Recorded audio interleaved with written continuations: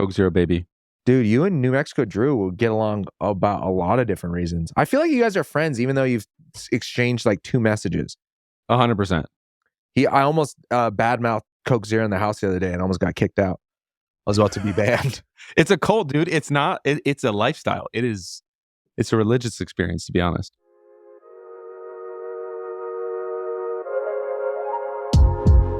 Welcome to Living a Stream podcast, where we talk about movies that are streaming on the many platforms out there. I'm Josh Perez, one of your hosts, and that is Eric Harrison.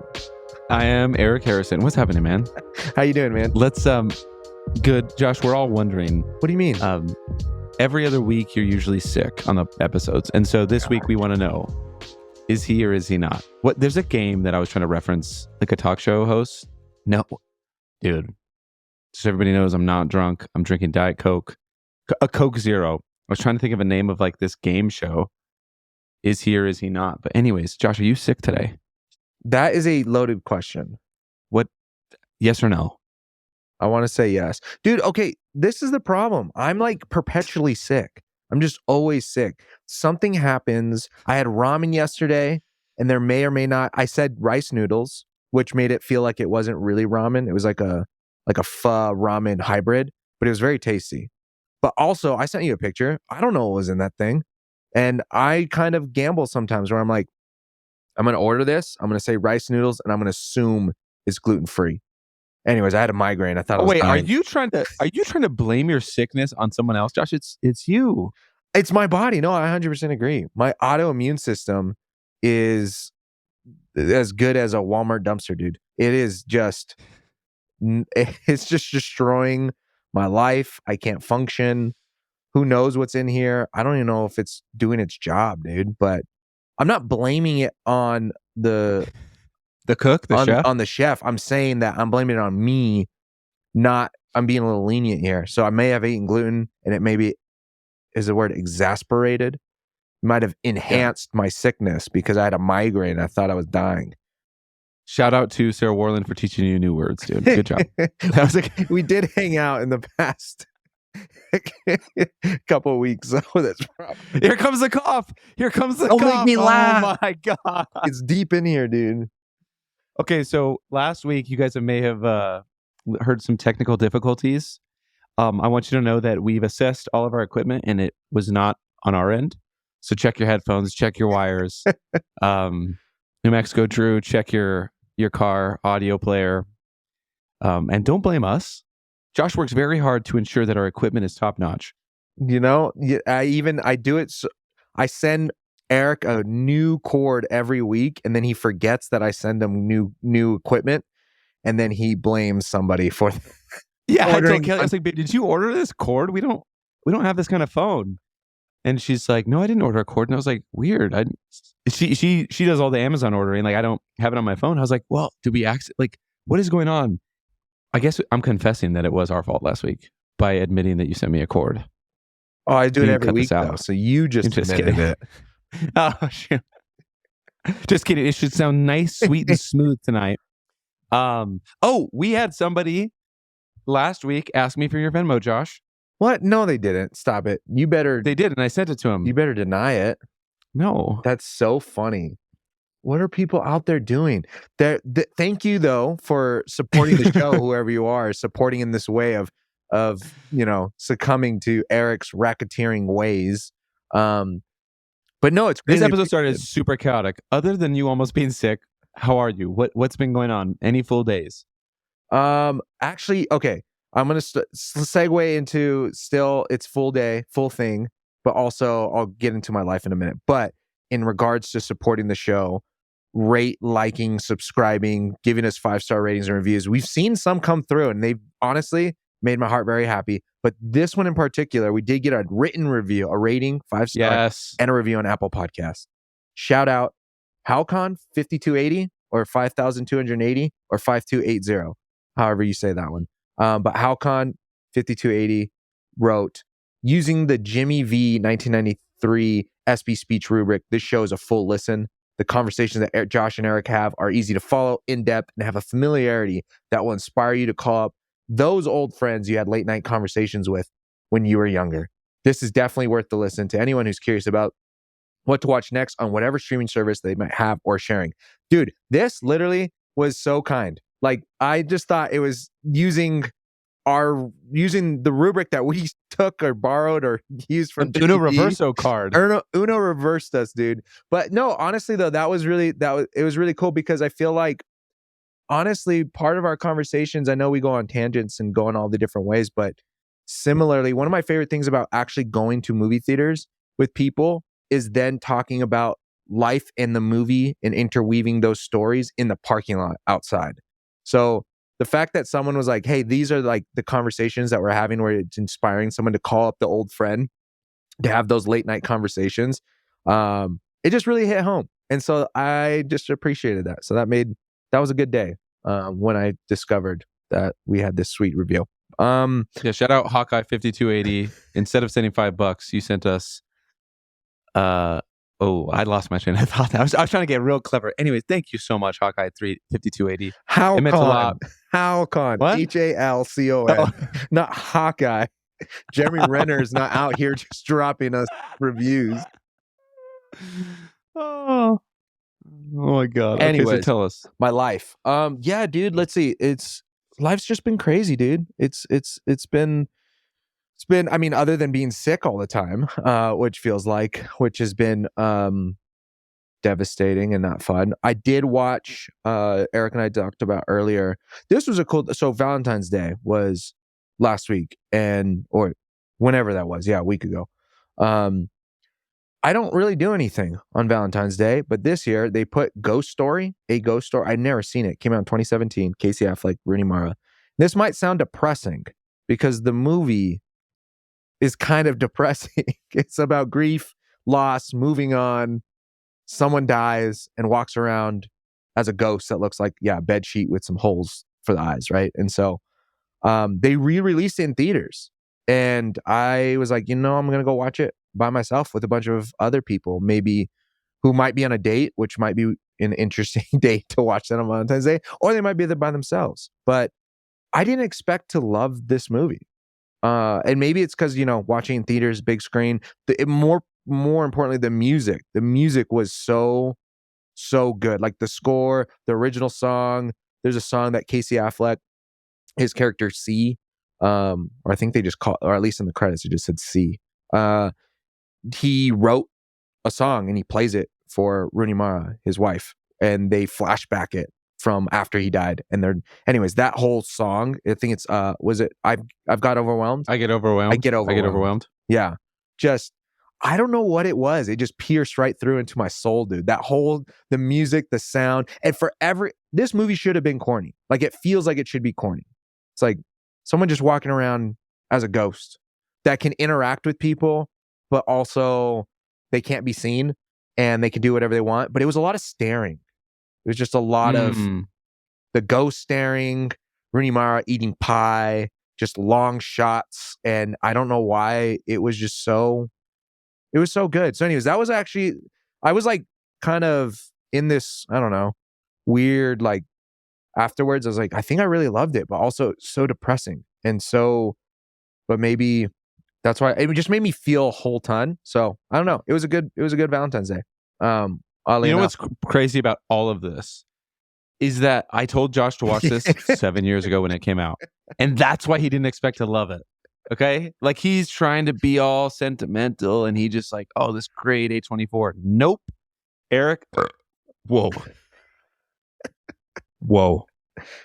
That's my fault. Coke Zero.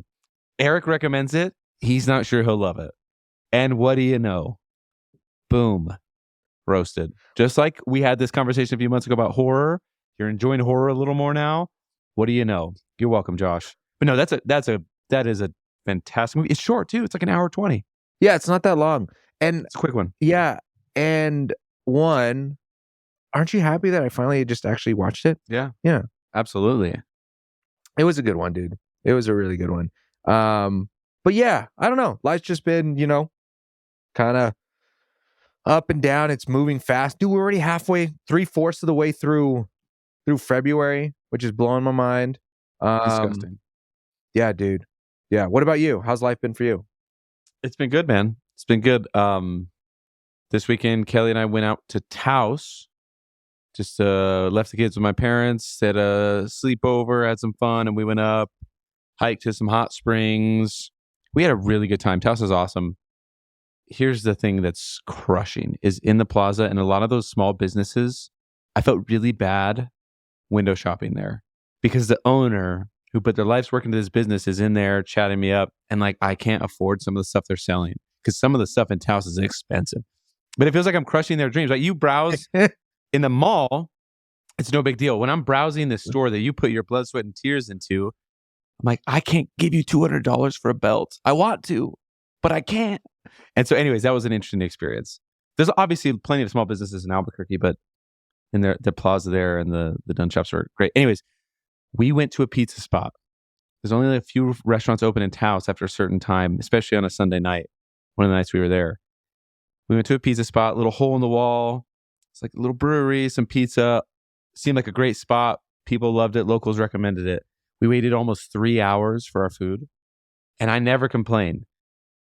And like I was getting stressed because I was starving. And it was almost like 9. We got there at 6 and the food hadn't come out. So we just made friends with the tables around us. Tables around us, man. Like everybody, we just had this like community of starving, waiting customers who didn't really want to complain because they had a line of people screaming at them and cussing at them and like, where's my effing food? Where's your manager? Like the cooks are understaffed. There are plenty of servers, but the cooks were understaffed. And I felt bad. Like these 20-year-old kids trying to whip up some pizzas. So we just like hung out with the people around us and chatted them up and just like for literally almost 3 hours. But it was a blast. We had a good time. And the pizza was worth it. Cool. It was amazing. But anyways, the trip was fun. Hot springs were great. Yeah, it was overall, it was a good time. Kelly and I got to rejuvenate, stay at this place called Hotel Luna Mystica, which is like these abandoned airstreams that inside are renovated a little bit. So super cool. Yeah, I've always seen people post photos and stuff. It's near Taos or is in Taos? You drive through Taos about 15 minutes out. It's closer to the Gorge Bridge. I mean, it's 10, 15 minutes from town, which the Gorge Bridge is terrifying. We walked over it. But anyways, yeah. No, it was nice. Super fun. Yeah. Dude, the Gorge Bridge, the thing that's, one, you can feel it shake, right? When did you stand it? Yeah. When cars drive over it, you can feel it move. Do you notice they put those like the nets over? Yeah. They also have the like hotline. Yes. Do you know why? Phone, right? I heard somebody jumped. Well, do you know why people are jumping off of it? No, why? Natural Born Killers, that movie. I'm about to ruin the movie. So if you don't want that movie ruined for you, skip this part. No way. Is that? But in that movie, Woody Harrelson's character, the main characters, that's where they end up. Like they go on that road trip killing spree thing. They end up at the Taos Bridge, I believe, and they jump off of it. And so then all these people are like, "Oh, that's destinational." Isn't that wild? No way. Yep, 100%. I'm looking it up right now. No way. Yeah, dude. What a trip. Anyways, that makes it even spookier. And the gate is short. Like it was about to my nips, dude. And so when we were walking by strangers on the bridge, I was like, don't get too close. Like if you shove me, I'm done. You're gone, dude. It's game over. Dang, that's crazy. I didn't know the Natural Born Killers was there. It's super sad. It's very super sad. But yeah, dude. That it's very beautiful though. Like that whole area. Yeah. Anyways, that's cool. That sounds like a good trip. Hotel Luna Mystica, right? Yeah. That's sweet, man. Heck yeah. And you did that after Valentine's Day? Or was that like your Valentine's Day thing? Or is it? Yeah, it was like our Valentine's weekend. For Valentine's Day, we kept it simple in the morning, some flowers, notes, but kids were actually Paxton was sick too that day. What am I losing my? Yes, last Wednesday. Yep. You're right. Yeah. So we just kind of kept it low key on actual Valentine's Day, but went out of town for the weekend. So yeah, dude, 2024 is a time warp, dude. I'm losing track. Don't know what's happening. It's going fast. It's gone. Before I know it, it's going to be Christmas. Okay, that's a little dramatic. Hey, all right.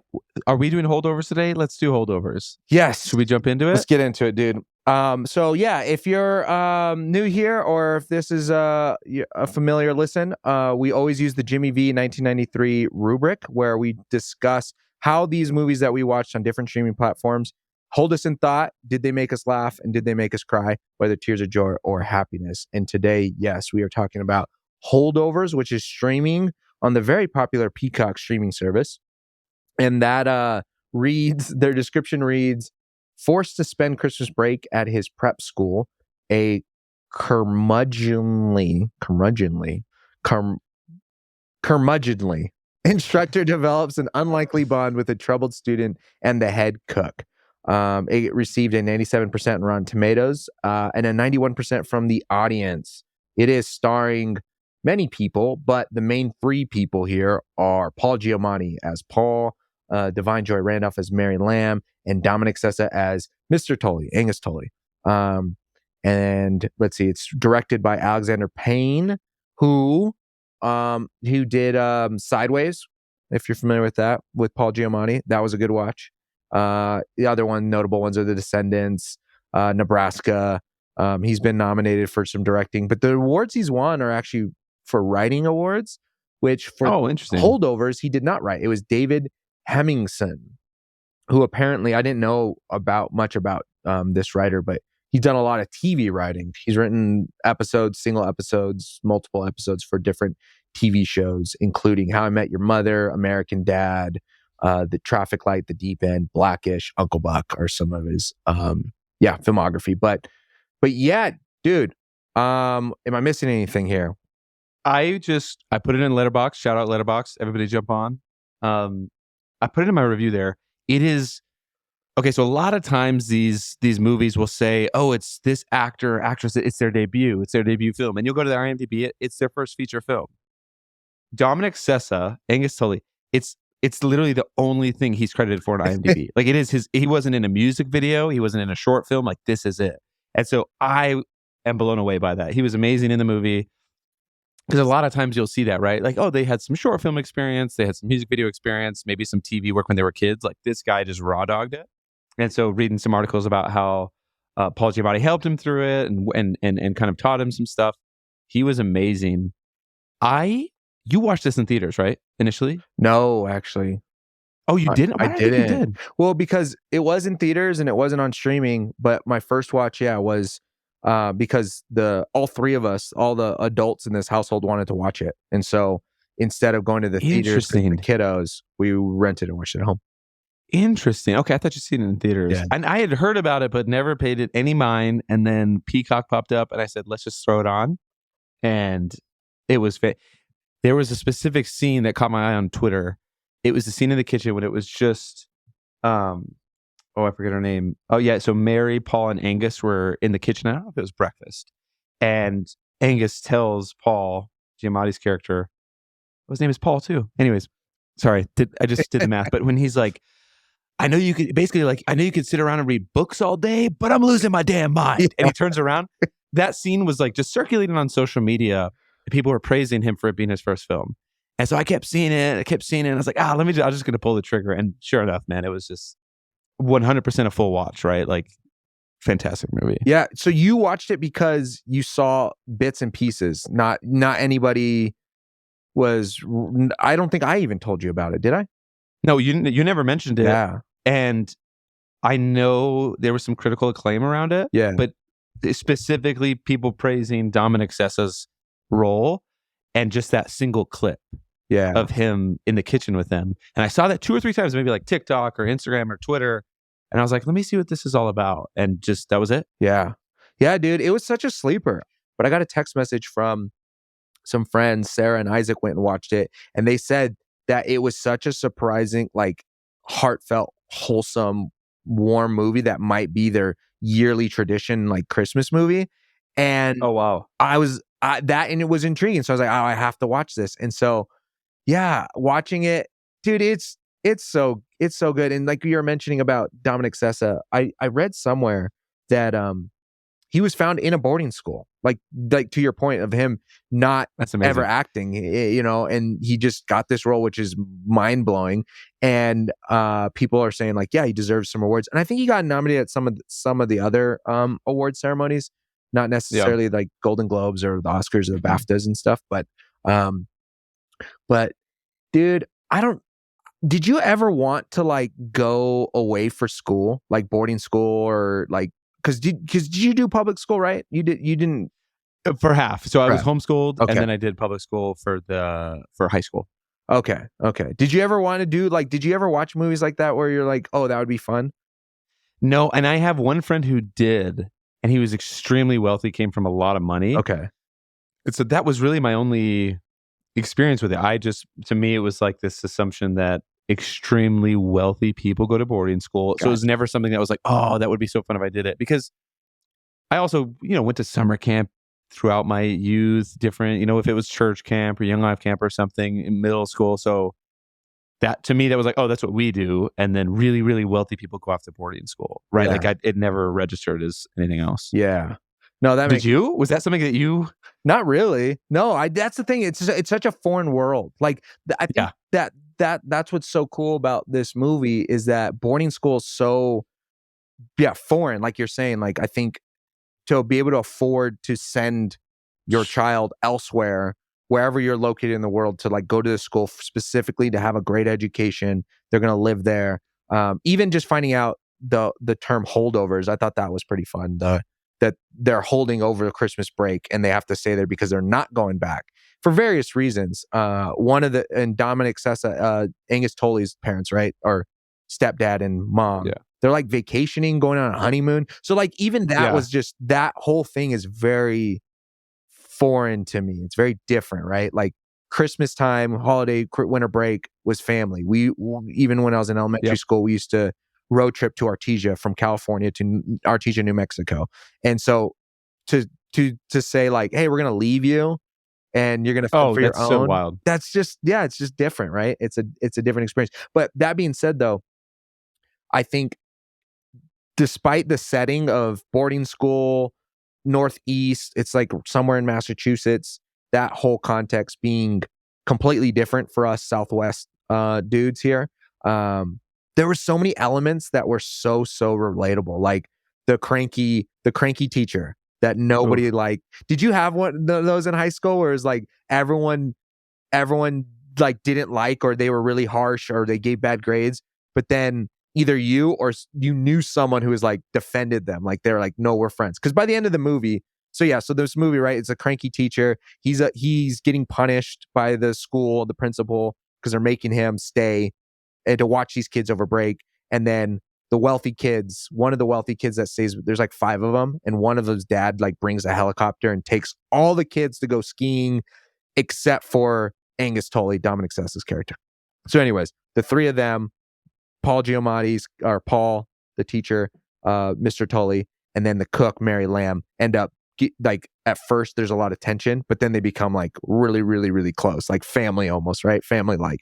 So that being said, was there someone in your school, or like was that a part of your high school experience? Yeah, it's so interesting. Well, first, like Paul Giamatti, because of Big Fat Liar, shout out 2002, he's always been a villain in my mind. Any role he's played, I don't like him immediately off the bat. And so I love this movie because by the end of it, it was so heartwarming in the way he stood up for Angus. And the over time, they humanize him, especially there's that scene where he and Angus are in town and they run into one of his old friends and he lies about what he's doing. That scene really, to me, humbled my anger towards him. And it's all relates back to Big Fat Liar. And I'm not even trying to be funny with that. Like, there's a show, Billions, right? This cheesy finance show in 2016 where he's almost like the anti-hero, but I couldn't stand him throughout the entire show. Oh, okay. And it all relates back to the first role I saw. But anyways, yes, in high school, so her name was Miss Storm. I wish I knew her first name. Over the years, she was kind of like hall monitor. Always like, Eric, take your hat off. Eric, why is your hat backwards? And I would just like talk back to her. I was always so disrespectful. We just had this like really tense relationship until senior year. It's a long story that we can go into at another point. You know it. But for people listening, I got suspended with my buddy Jordy. Shout out Jordy. Fake gun got brought to school. This whole thing, like, it sounds bad. It's not bad. Anyways, I got suspended. They said, you're on 10-day suspension. You, Jordy, and our buddy Chris. Shout out Chris Chavez. And at the end of the 10 days, because I was the one who drove us to school, they were going to see if I was going to get expelled or not. And I had to go to court for that. And Miss Storm went to court to defend me. Oh, no way. And like, so to me, it was like this full circle moment, years of just like disrespecting her and like back and forth and like, why are your pants like that? And why is your hat like that? And I was just like, oh, this lady hates me. There's a target out against me. She really wanted what's best for me. And she was one of the people who allowed me to stay in school because she stood up for me. And so that's dope. It's super cool to see this. And like, now I don't know what she's doing or where she is, but like credit her for standing up for me, even though there was years of like this tense relationship that we had. And so basically what she said was like, yeah, Eric's this crazy high school teenager, but he would never do something reckless or enough to put other people in danger. So she kind of stood up for me in that way. But anyways, yeah. So it's interesting seeing that. And in the way this movie, our relationship is obviously not like this, Right. but when they finally start to humanize Paul, at least for me, man, Yeah. maybe other people didn't feel that way, but when I'm watching him, that first experience in class, I'm like, I already hate this guy. Yep. So Yep. anyways, did you? Yep. Yeah. So I got a lot of good grades in elementary school. I was like a straight A student. Middle school, I tried to do my best, good student.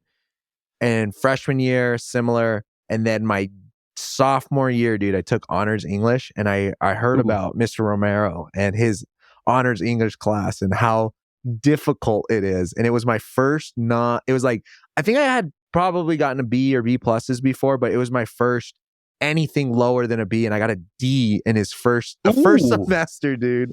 And it was, it was intense. Like it was probably the hardest English class I've taken out because I only took English 101 and 102 in college, I think, for the most part. And my sophomore English was harder than those two courses.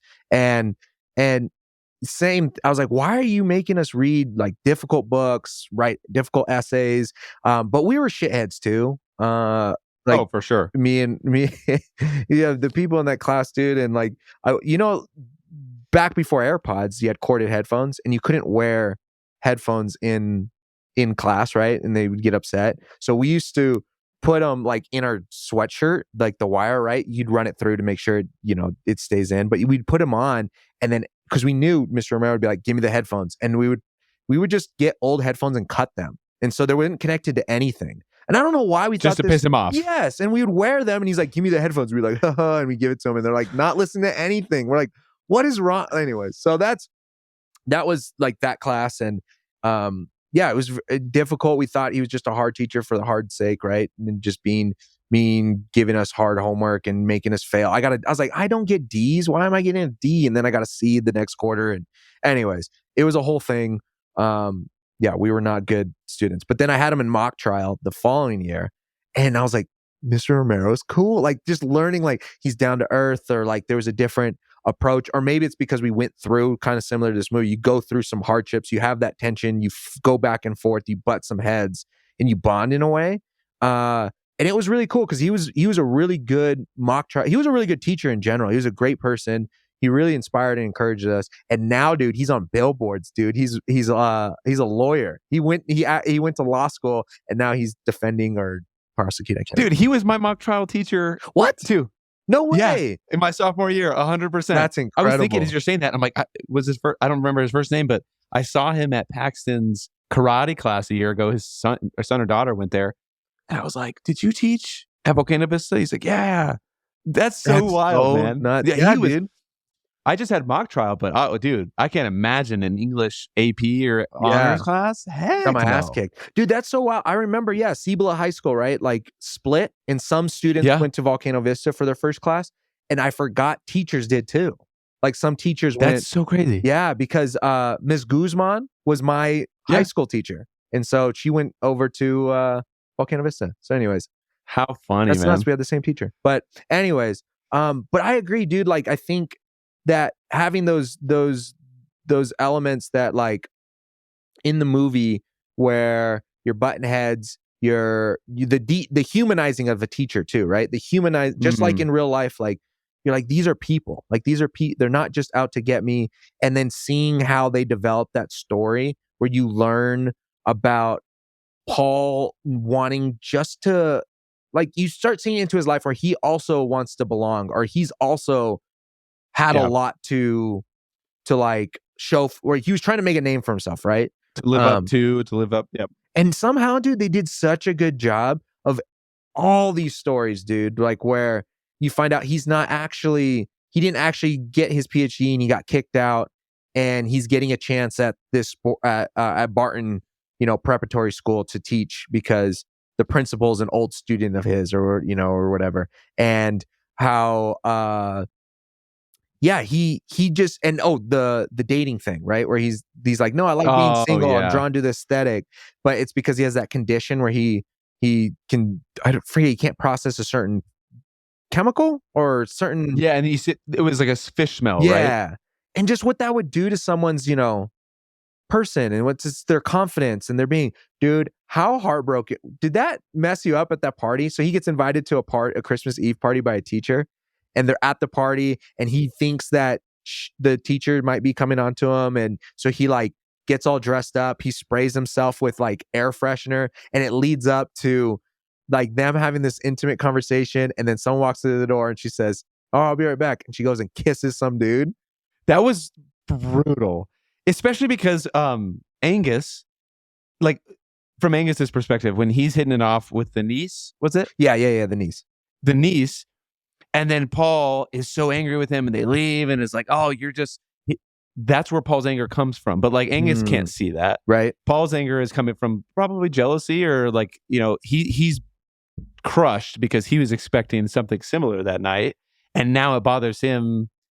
But like Angus doesn't see that perspective from us. The viewers were like, no wonder he's being a dick about it when they leave, and he makes that comment about his dad. It was that same night. Yep. Yeah. Yep.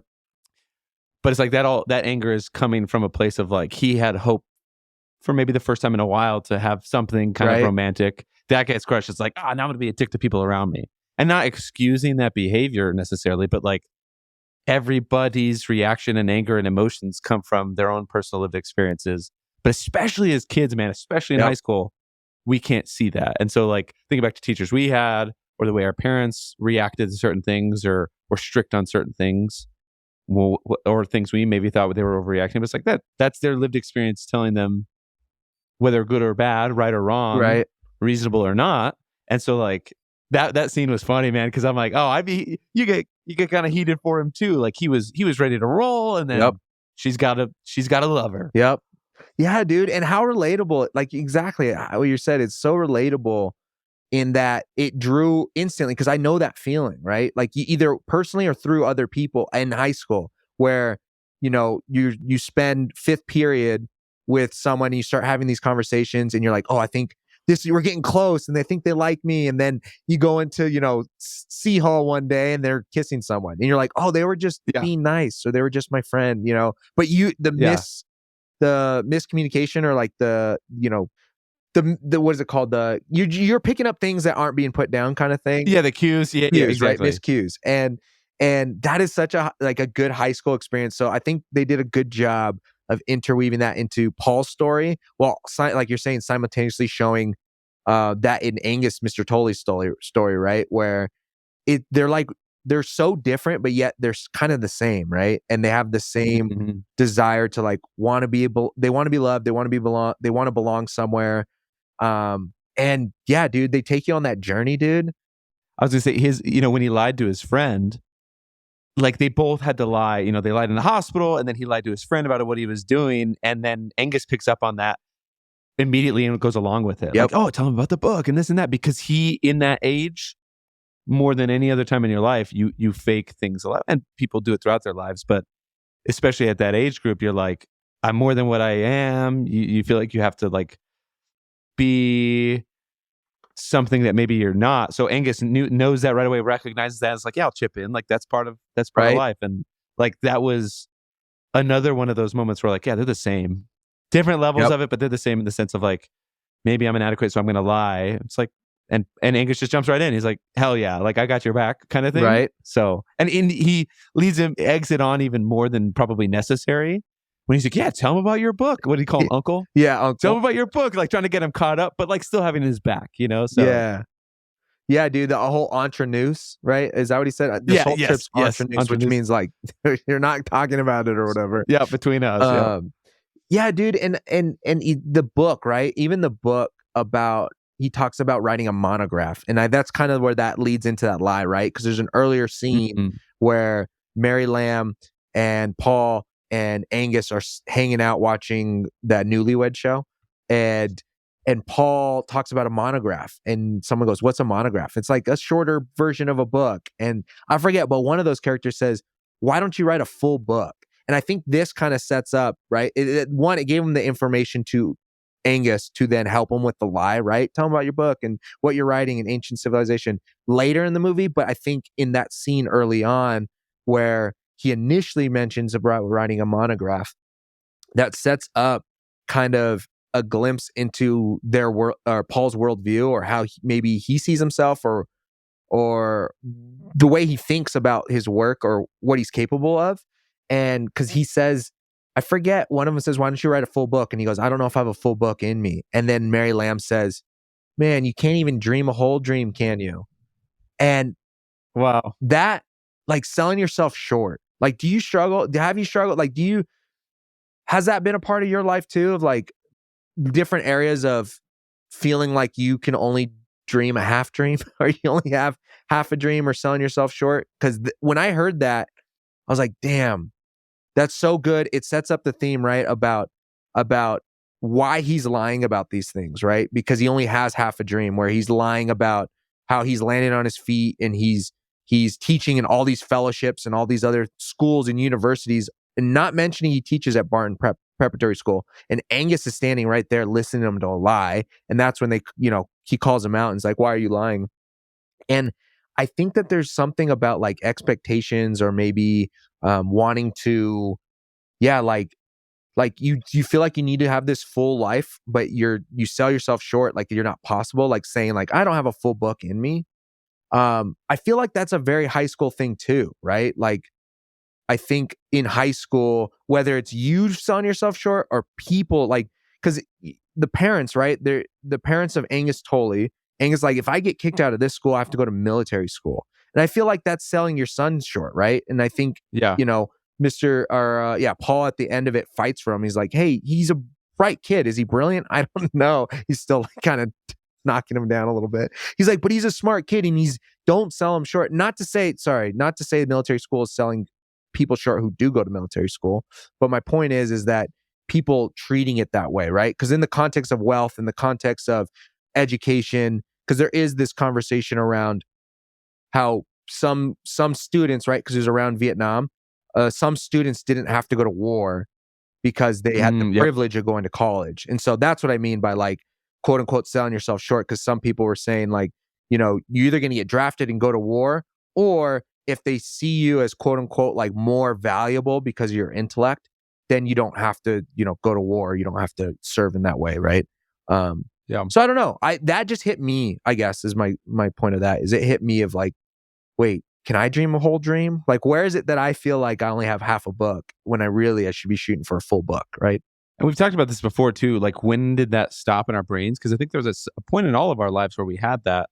I was literally just recently teaching. I volunteer with Junior Achievement, so we teach kids about being successful after high school, and so it's like a 6-week thing, an hour a week. Anyways, I was at Del Norte with this group of freshmen, and sophomores, and I was talking to them, and we were talking about being creative and like being innovative, whether you're in your workplace, an entrepreneur, school, whatever it is. And I was like, how many of you guys see yourself as creative, right? Coming up with your own ideas. And like 2 or 3 out of the 30 raised their hand. And I was like, do you guys think you would have had a different answer 3 or 4 years ago? Mm-hmm. And they all were like, yeah. And so we kind of dug into that a little bit, but it was interesting. I'm like, my perspective now, I don't feel as creative as I was before. And like, we've talked about this on a different podcast, but like, where does that drop off as far as like, for this, it was specifically creativity and innovation. Because man, I've done some junior achievements with 5th graders. They're going to solve every problem in the world. They're going to create a new toaster for Pop-Tarts that's pockets, whatever, right? Like all this stuff. Some of them talking about this, like, anyways, but they're so creative. There's so many ideas in 5th grade. And like, where does that drop off? And so in this, similarly, what you just said, like, when did that ability to dream a full dream stop? Because I think we all at some point had it. And whether it was a teacher, a parent, a friend, a peer at the time who like sort of pushed that out of us. Weird. This is so off course, kind of, but there's this song lyric from a band called Ghost Inside. Anyways, he's talking about youth, and at one point he says, put back those thoughts in my head where I am boundless again. And so it's like, yeah, at some point in our life, we had this feeling we had this ability to dream larger and think bigger for ourselves, and like at some point it goes away. So it's interesting but it's my thought, the movie leaves it open-ended when Paul leaves, right? And he takes that swig of alcohol and spits it at the school. It took something like getting fired. Right. Maybe he goes off on this journey. I'd love to believe he goes off on this journey to do what he lied about doing and actually do it. And so sometimes in life that it's required that something maybe tragic or some kind of like all life altering thing forces you down this path where you have no other option. Right. Than to pursue maybe what you dreamed or what you wanted. Because I don't know how old he is in this, but he's an older guy. Right. Right. Like 50s, 60s, maybe. I don't know what his age is supposed to be in the movie, but maybe this was it, right? Maybe he spits at the school and is like, hey, I'm going to go pursue what I wanted to pursue. So I'd love to believe that.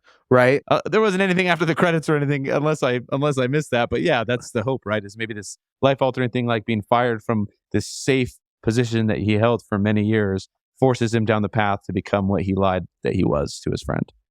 Yeah. No, dude, it's I agree. I hope that, right? It forces you to bet on yourself, or it forces you to believe in yourself enough to, because that's the thing I liked at the end when him and Angus say their departures and they say their goodbye, where he's like, I don't know what you said, but I'm not getting kicked out of school and you got fired. So obviously you said something, right? Yeah. Which one, I'm really glad that Miss Storm didn't get fired on your behalf. Heck yeah. Your shenanigans. But and then he said something along the lines of, Paul says to Angus something about, hey, you can do this. Like, you can do this. You can do hard things. You're going to get through this. And then Angus was like, that's funny. I was going to tell you the same thing.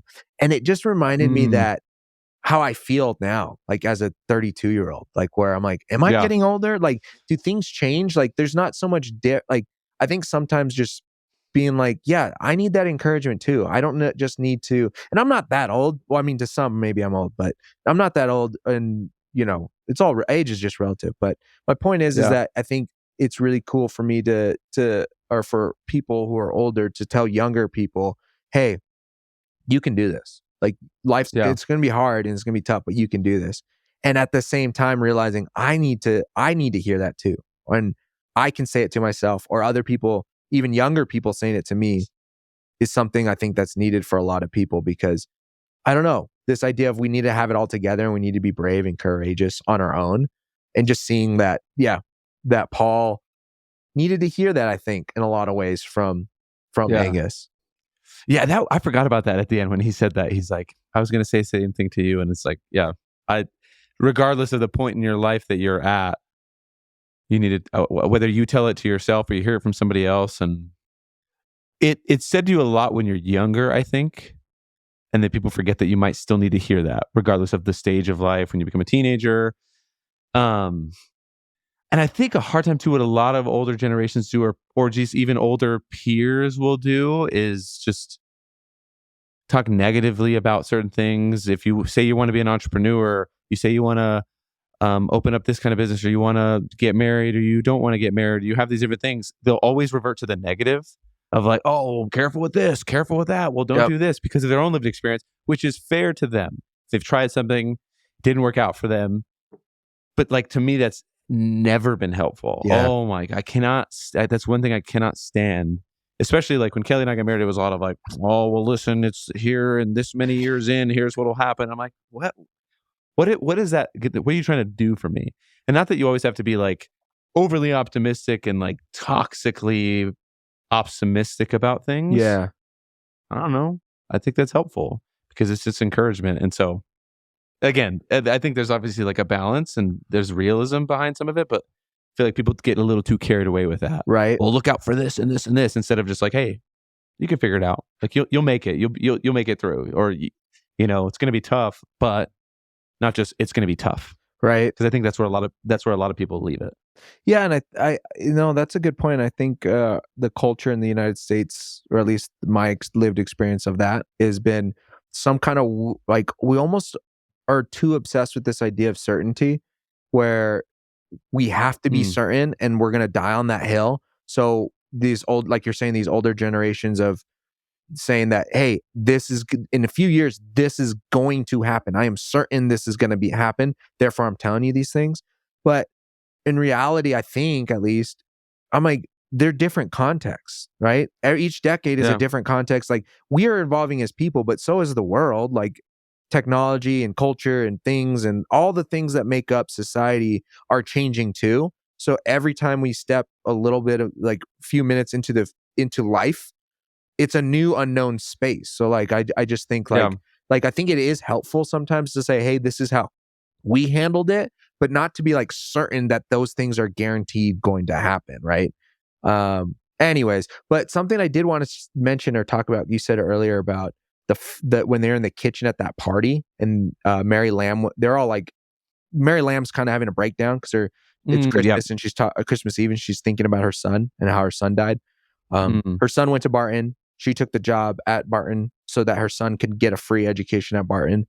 And then he ended up going to war, and he was excited to go to war because then he can go to college on the GI Bill because they didn't have money to afford any colleges despite his good high school education.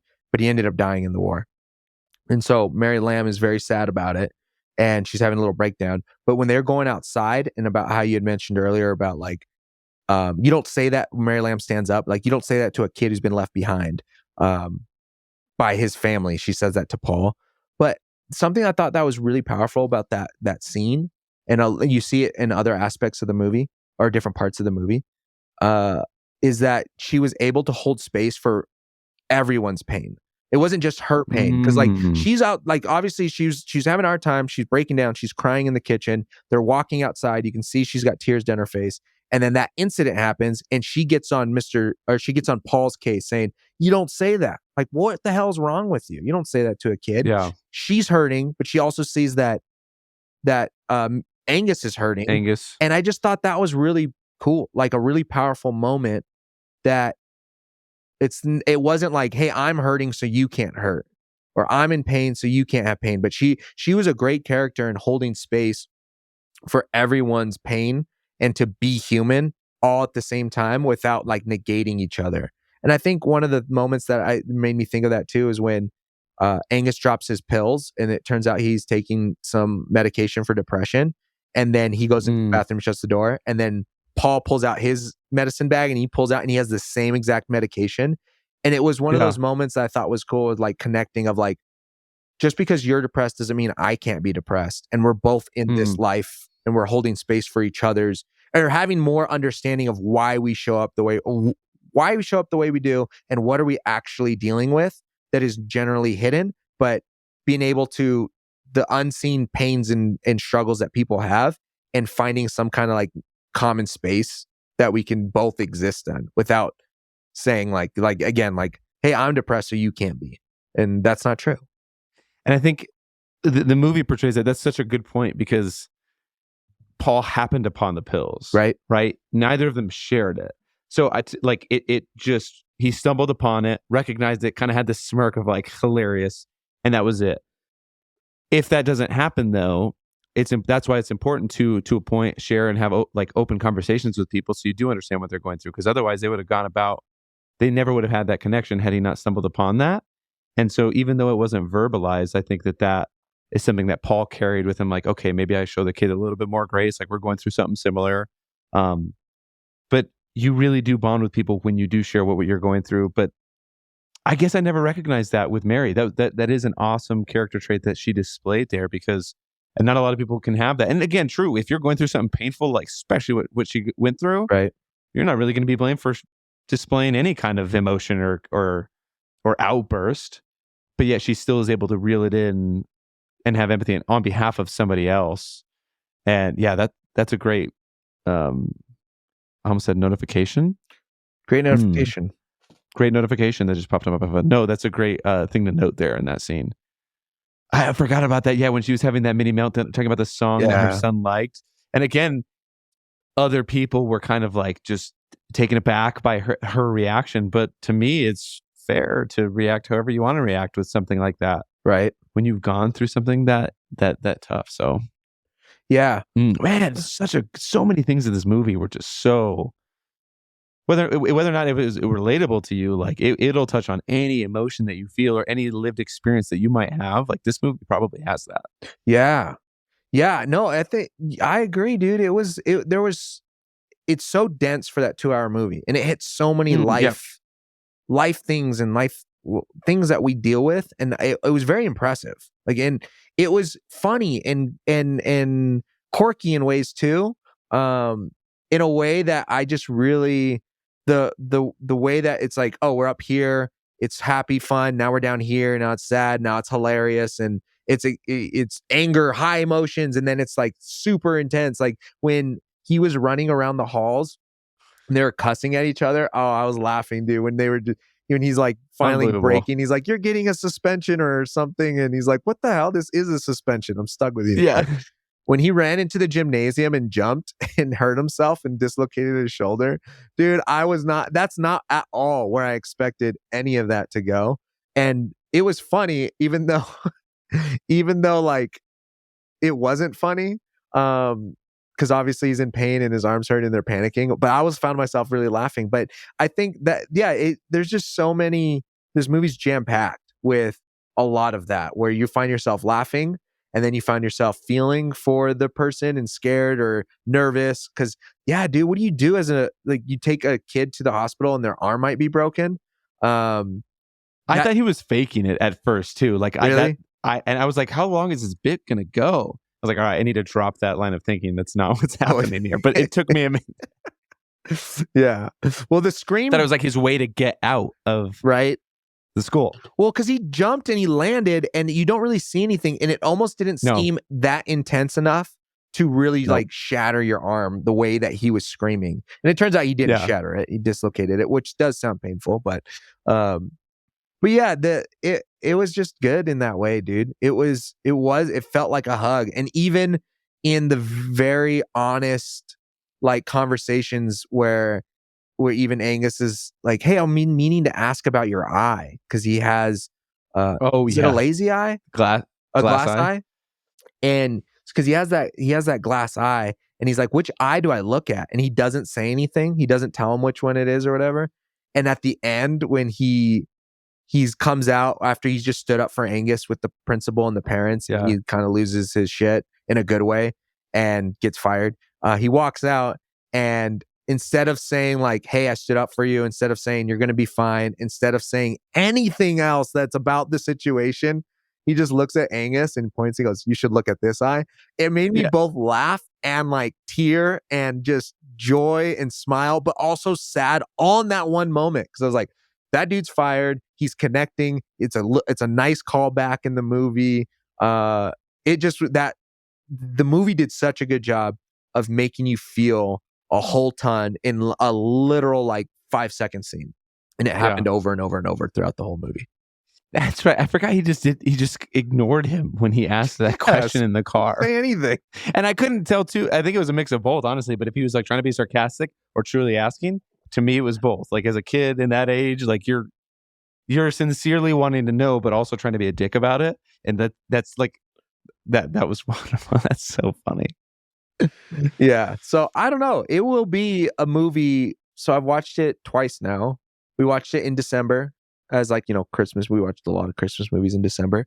And then I watched it, a couple of weeks ago or this last week. And I was like, you know what? I think it might be one of those movies that I want to watch every holiday season. Yeah.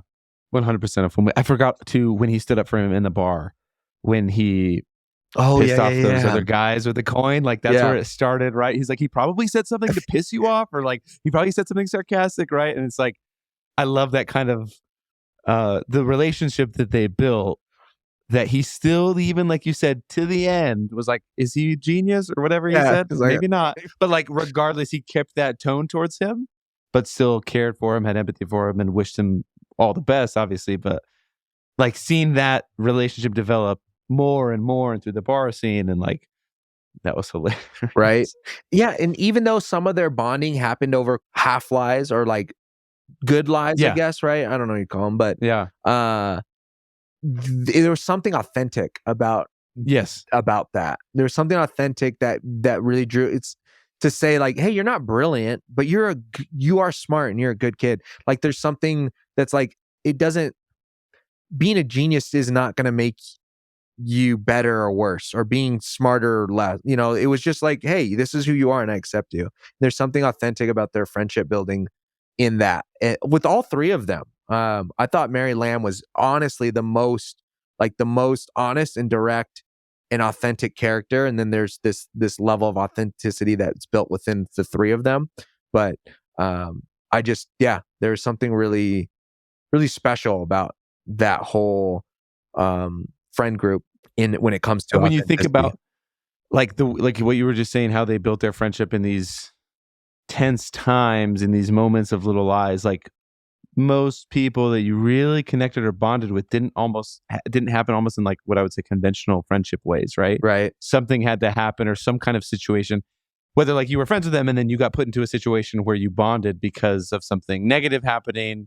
It didn't have to be tragic, but just like when they're put in these situations where they had to lie or had to kind of like escape getting their ass beat in the bar, like these situations that just brought them closer and closer together. It's fun to look back on close friendships that you have or people maybe you're not close to them anymore, but at the time bonded with in unconventional ways in situations where you were almost put to the test together. Right. And we've talked about this in Saltburn, I think, which was like proximity proximity friendships. Yep. And a lot of that can happen when you're in proximity with people. So like in school, in college, in the workplace even, you're kind of forced into situations where you have to act together, whether positive, negative, neutral, but like you're forced into a situation together and you come out closer for it. So those are sometimes your closest friends, and maybe you're not anymore with them, but it's fun to look back and think on those situations. Right. No, I think, thinking about transformation and identity shifting, identity not just as an individual, but like you're saying with friendships, like if someone's relationship is in itself an identity with those two people, or three people in this case, there's something really like proximity and context that if you allow it to transform you, it will. And it could be a blossoming cool thing where you start, because I agree, like there's a lot of my close friends, those unconventional ways of becoming friends, or how did you get to where you're at in your friendship? And I think a lot of my friendships, it's because it involves a lot of that, of the unconventional, the maybe not necessarily friends. I love the maybe it's a trope, I don't know, the whole enemies become friends thing, or people, because that's, I think one of my best friends when I first moved here in 8th grade, that's how we became friends. I had like a sticky hand and I like hit it on him or something, or on the desk, and he ripped it apart, and I was like, what? Like there was anger, right? And I mean, as an 8th grader, but then all of a sudden we were inseparable, dude. But anyways, my point of all that though is about liminal space of that transformation. It's that passing through, right? Where like a school is a school, it has an identity. It like during the school year, people are, classes, teaching, recess, whatever. But then during winter break, what is that school's identity? It's supposed to be empty. There's no classes going on. Very similar to like the rites of passages, right? Where they do ceremonies from a kid turning into an adult, but that rite of passage ceremony in that in-between space, they're no longer a kid, but they're also not an adult yet. So what are they? Or when you're engaged, you were engaged once, right? So you were dating and then you weren't married, but you were engaged, right? And so you're more than boyfriend, girlfriend dating, but you're not quite married. So like that space, right, is that liminal space of transformation, of identity shifting. And I just thought that was a really cool thinking about like, they're holding over their friendship. Once what it was before was they didn't like each other. They don't know where they're going, but that space of that winter break, it transforms your friendship. It transforms and I think that's why, going back to like we were talking earlier about parking lot conversations, a parking lot is not meant for people to linger in and chat. It's supposed to park your car. You're supposed to pass through it. And yet some of the most transformational conversations I've had are in parking lots with those unconventional friends that I made, or those friends that, we get from, whatever. But yeah, I don't know, dude. The movie, I don't know where I'm going with all that, but the friendship changing. That's what's so good about this movie, is that it causes these thoughts. Like you could pick any scene, really, most of the scenes, and have a really great conversation about life from that. There's a monkey in the background, but you can have a really great conversation about life from the movie. And so I think that when we talk about, you're absolutely going to laugh when you watch this movie. You may shed a tear or have some heavy emotions depending on what you've gone through in your life. Yeah. And watching this movie, and it will hold you in thought. So like this is one of those that like checks all the boxes time and time again, like scene after scene, man. Oh, absolutely. Yeah, full movie for me, dude. It was a full watch. I definitely cried. I definitely laughed. And sometimes, yeah, I think this movie had both the tears of joy and the tears of like, oh man, this is heavy. So, yeah, and it definitely held me in thought for a very long time. Heck yeah. All right. Well, to wrap it up, guys, I'll be doing the closing statement today, unbeknownst to Josh. Is that the right? Unbeknownst. Yep. Sarah Warlock, I have no idea. Fact check us on this for us. Word check. Word check. Send us a like, send us a comment. We really did enjoy that last review. Send us a couple of bucks, right? We had to get a new cord. So send it to Josh. We'll put his Venmo on. Why don't we put it on social media? We'll just blast it. But anyways, check us out. Share us with your friends. Thanks for listening. We really appreciate the support. And we've got a couple of really good movies ahead for you guys. I think this year will be fun. We're really getting into the groove of like movies to pick, full watches. We'll do some trash watches too, just for fun, just for shiggles. But yeah, thanks for listening, Josh, anything else? Wait, what's your middle name? I called you Henry. Steven. You called me Henry? No, you called me Pete or something. That Steven is not a middle name, Josh. What do you mean? What do you mean it's not a middle name? That's not a middle name. What's your middle name? Matthew. How is Steven any less of a middle name than Matthew? It's not. That's what I'm saying. Matthew is not a middle name. So I like have beef with my parent. Like, what is that? That's a first name. Oh, that's so what you're Steven, saying, dude. Joshua Steven, yeah, dude. Like, you know what I mean? Yeah. You see what I'm saying? Yeah, I guess. I don't know, dude. We'll talk about that later. Anyways, nope, that's it. That's all. I appreciate you guys listening. Keep living, keep streaming.